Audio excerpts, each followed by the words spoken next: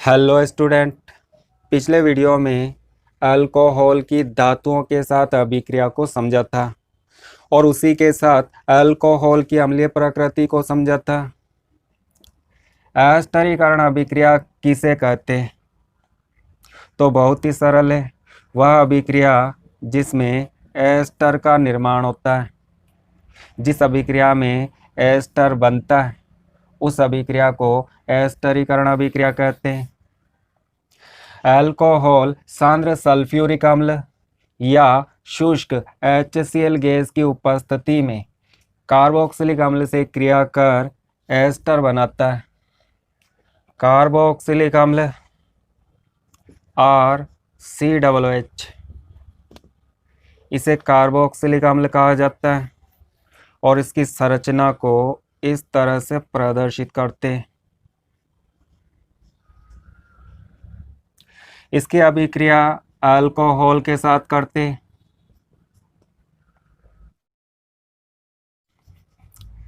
अभिक्रिया को समझने के लिए अल्कोहल के अणु को उल्टा करके लिखते हैं। ROH।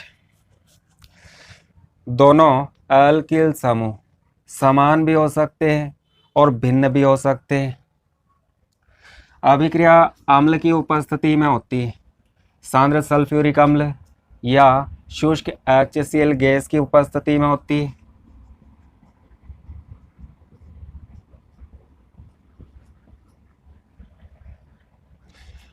और इन अभिक्रियाओं में OH बंध का विदलन होता है। OH बंध टूटता है।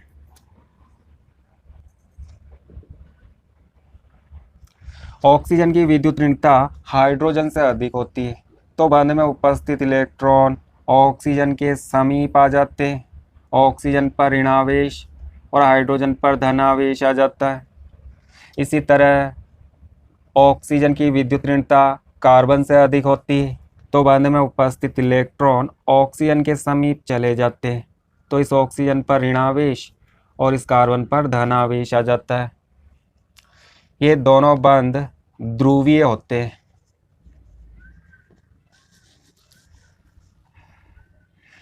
कार्बन और ऑक्सीजन के बीच के बंध को तोड़ते हैं तो हमें क्या अलग करना है? इस ऋणावेशित ऑक्सीजन को धनावेशित हाइड्रोजन के साथ जोड़ना है तो क्या बनेगा? जल का अणु प्राप्त होगा। इसे यहाँ से हटा देते हैं। दोनों आपस में मिलकर जल का अणु बनाते हैं और इस ऋणावेशित ऑक्सीजन को धनावेशित कार्बन के साथ जोड़ देते हैं।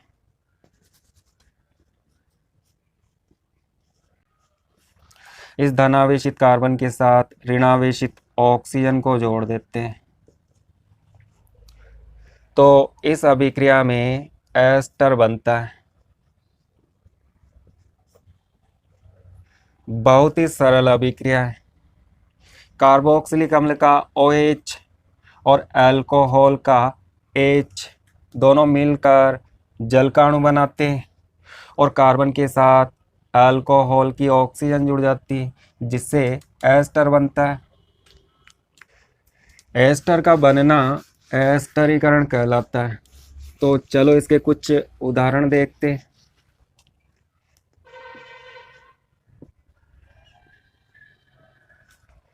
इस R के स्थान पर हम एक कार्बन परमाणु का समूह CH3 लेते हैं और इसकी अभिक्रिया अल्कोहल के साथ करते हैं। हम मेथेनॉल लेते हैं।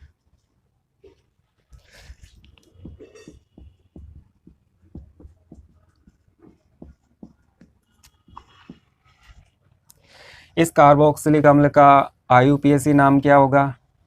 कार्बन की संख्या को गिनते हैं 1 2।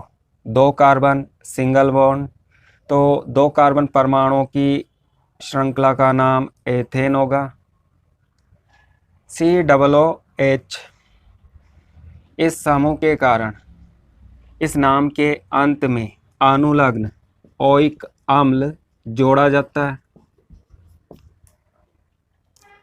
यह कार्बोक्सिलिक अम्ल का अनुलग्न होता है तो न में O को जोड़ते हैं तो 9 हो जाता है। इसका यूपीएससी नाम एथेनोइक अम्ल होता है।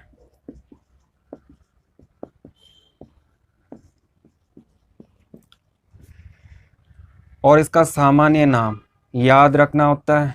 इसका सामान्य नाम आपने सुना होगा एसिटिक अम्ल। इसी एसिटिक अम्ल का उपयोग सिरका बनाने में होता है। इस एसिटिक अम्ल का 4% जल में विलयन बनाते हैं, तो उस विलयन को सिरका कहा जाता है। इस एल्कोहल में हमें OH बंध को तोड़ना है। यहाँ से H परमाणु को अलग करना है और यहाँ से OH को अलग करना है।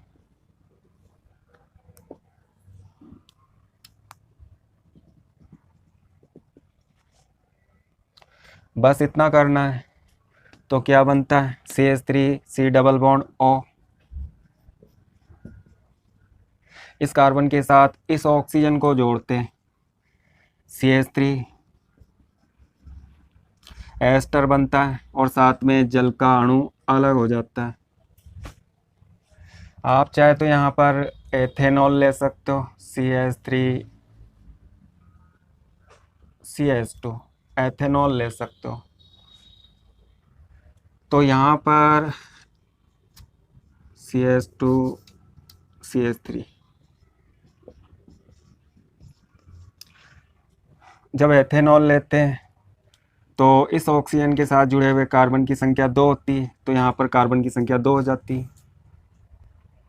आप चाहे तो यहाँ पर कार्बन की संख्या को बढ़ा सकते हो, तो यहाँ भी कार्बन की संख्या बढ़ जाती है, एस्टर बनता है। एस्टर के आईयूपीएसी नाम कैसे लिखे जाते हैं, तो थोड़ा इसे भी समझ लेते हैं।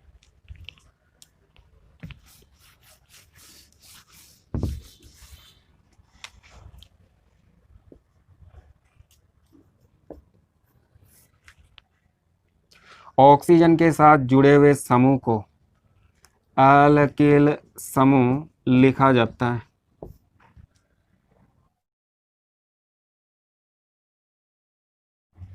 और शेष समूह को, इस पूरे समूह को एल्केन लिखा जाता है। और नाम के अंत में अनुलग्न OH जोड़ दिया जाता है। एस्टर का अनुलग्न OH होता है, तो इसका यूपीएससी नाम कैसे लिखते हैं। सबसे पहले ऑक्सीजन के साथ जुड़े हुए समूह को, इस एल्किल समूह को लिखा जाता है। और उसके बाद इस पूरे समूह को, कार्बन परमाणुओं की संख्या को गिनकर इस पूरे समूह को लिखा जाता है। इस समूह को हम एल्केन लिखते हैं।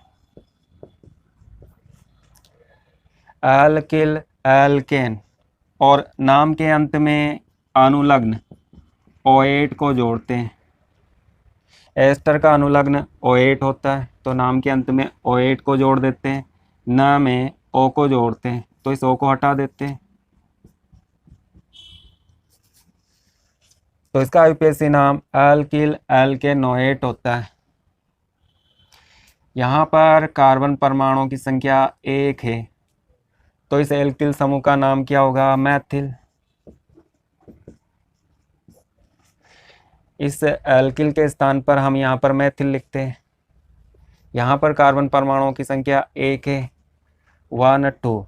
2 कार्बन परमाणुओं की लंबी श्रृंखला का नाम एल्केन होगा। चूंकि 2 कार्बन है, सिंगल बॉन्ड है, तो इसका नाम एथेन होगा। और एथेन में OH को जोड़ देते हैं, तो इसका यूपीएससी नाम मैथिल एथेनोएट होता है। इसे यहाँ से हटा देते हैं, तो इस ऋणायन का नाम एथेनोएट होता है। सामान्य नामों में जब सामान्य नाम लिखते हैं तो एथेनोएट को एसीटेट लिखा जाता है। इसी ऋणायन का नाम CH3COO-, इस ऋणायन का नाम एसीटेट होता है। यह सामान्य नाम है और एसीटेट के साथ यहाँ पर मैथिल जुड़ा होता है, तो इस एस्टर का सामान्य नाम मैथिल एसीटेट होता है।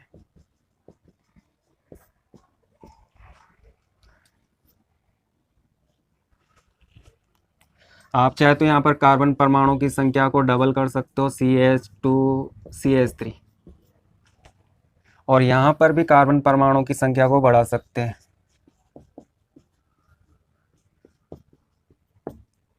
अब इसका यूपीएससी नाम क्या होगा? ऑक्सीजन के साथ जुड़े हुए समूह को हमेशा एल्किल समूह लिखा जाता है। 2 कार्बन का यह समूह एथिल समूह कहलाता है। और इस पूरे समूह को, कार्बन परमाणुओं की इस लंबी श्रृंखला को, जिसमें 1 2 3 4 4 कार्बन होते हैं, तो इसे हम क्या लिखेंगे? ब्यूटेन। और नाम के अंत में क्या जोड़ेंगे? OH। तो इस एस्टर का यूपीएससी नाम एथिल ब्यूटेनोएट होता है। इसे हम एथिल बोलते हैं। और इस संपूर्ण संरचना का नाम या इस कार्बन परमाणुओं की लंबी श्रृंखला का नाम ब्यूटेनोएट होता है। सामान्य नाम सभी एस्टर के सामान्य नाम नहीं होते हैं, तो इसका केवल आईयूपीएसी नाम होता है एथिल ब्यूटेनोएट।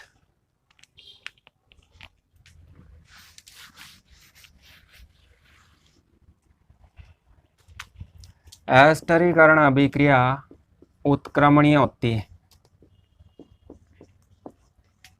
मतलब दोनों दिशाओं में होती है।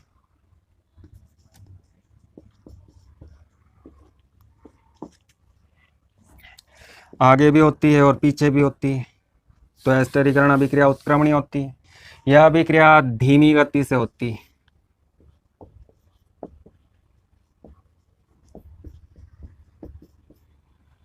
जैसे जैसे कार्बोक्सिलिक अम्ल में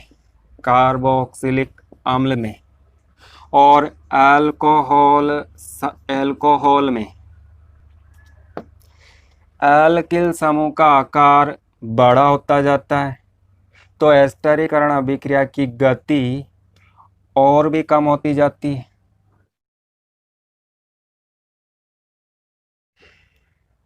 इसमें इस कार्बन के साथ केवल हाइड्रोजन जुड़ा होता है, एल्किल समूह नहीं होता है, तो इसकी क्रियाशीलता अधिक होती है।